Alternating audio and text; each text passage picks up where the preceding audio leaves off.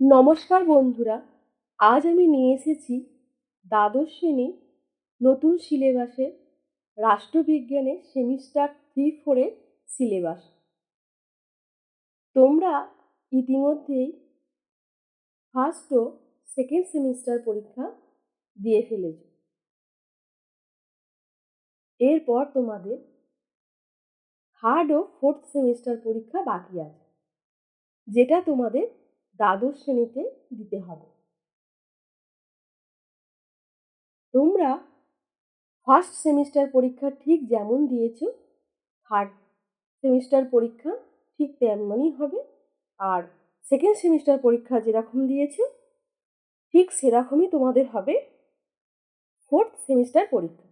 তাহলে বন্ধুরা, তোমাদের যে কোয়েশ্চেন প্যাটার্ন, সেই প্যাটার্নটা একদম ফার্স্টের মতো থার্ড আর সেকেন্ডের মতো ফোর্থ সেমিস্টার হবে। তাহলে আমি আশা করতে পারি তোমরা বুঝতে পেরেছো। তার কারণ তোমরা ফার্স্ট যে সেমিস্টার পরীক্ষা দিয়েছো সেখানে এমসিকিউ টাইপের কোয়েশ্চেন অ্যান্সার দিয়েছো, এখানেও থার্ডের ক্ষেত্রে তোমাদের কোয়েশ্চেনটা দিতে হবে এমসিকিউ।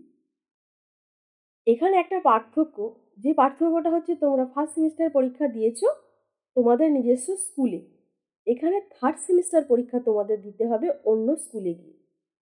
যেখানে তোমরা গিয়ে থার্ড সেমিস্টার পরীক্ষা যে স্কুলে দেবে সেই স্কুলেতেই তোমরা ফোর্থ সেমিস্টার পরীক্ষা দেবে। এই ফোর্থ সেমিস্টার পাস করার পর তোমরা কিন্তু উচ্চ মাধ্যমিক পরীক্ষায় পাস হিসেবেই গণ্য হবে। যেমন তোমাদের প্র্যাকটিক্যালগুলো ছিল সেরকম আলাদা, সেদিকে আমি আসছি না, যেহেতু রাষ্ট্রবিজ্ঞান নিয়ে আমি আলোচনা করছি। তোমাদের 40 নম্বর এমসিকিউ কোয়েশ্চেন থাকবে, 40 নম্বরের কোয়েশ্চেনের মধ্যে তোমাদের অ্যান্সার দিতে হবে 40টা। আর এখানে তোমাদের অপশান থাকবে এক একটা কোয়েশ্চেনের জন্য 4টে করে। এবার তুমি 4টের মধ্যে চুজ করবে কোনটা ঠিক, সেটাই চুজ করে নেবে। তাহলে আমি আশা করছি তোমরা বুঝতে পেরেছো। তাহলে বন্ধুরা, তোমরা যারা আমার চ্যানেলটা সাবস্ক্রাইব করোনি তারা অবশ্যই চটপট আমার চ্যানেলটা সাবস্ক্রাইব করে ফেলো। আর প্লিজ আমার পাশে থেকেও আমাকে সাপোর্ট করো, যাতে আমি আমার চ্যানেলটা গ্রো করতে পারি। তোমাদের জন্য অনেক খেটে আমি ভিডিও বানাই। এই ভিডিও বানানোটা আমার তখনই সাফল্য হবে যখন সফল হবে আমার ভিডিও বানানো, যখন তোমরা আমাকে সাপোর্ট করবে। তাহলে আজকে দেখে নিই যে কোন কোন বিষয়গুলো তোমাদের এই থার্ড সেমিস্টার পরীক্ষাতে রয়েছে। রাষ্ট্রবিজ্ঞানে তোমাদের প্রথম যে অধ্যায় আছে সেটার নাম হলো দ্বিতীয় বিশ্বযুদ্ধের পরবর্তী সময়ে আন্তর্জাতিক সম্পর্ক। দ্বিতীয় অধ্যায় হলো আন্তর্জাতিক সংগঠন ও প্রতিষ্ঠান সমূহ।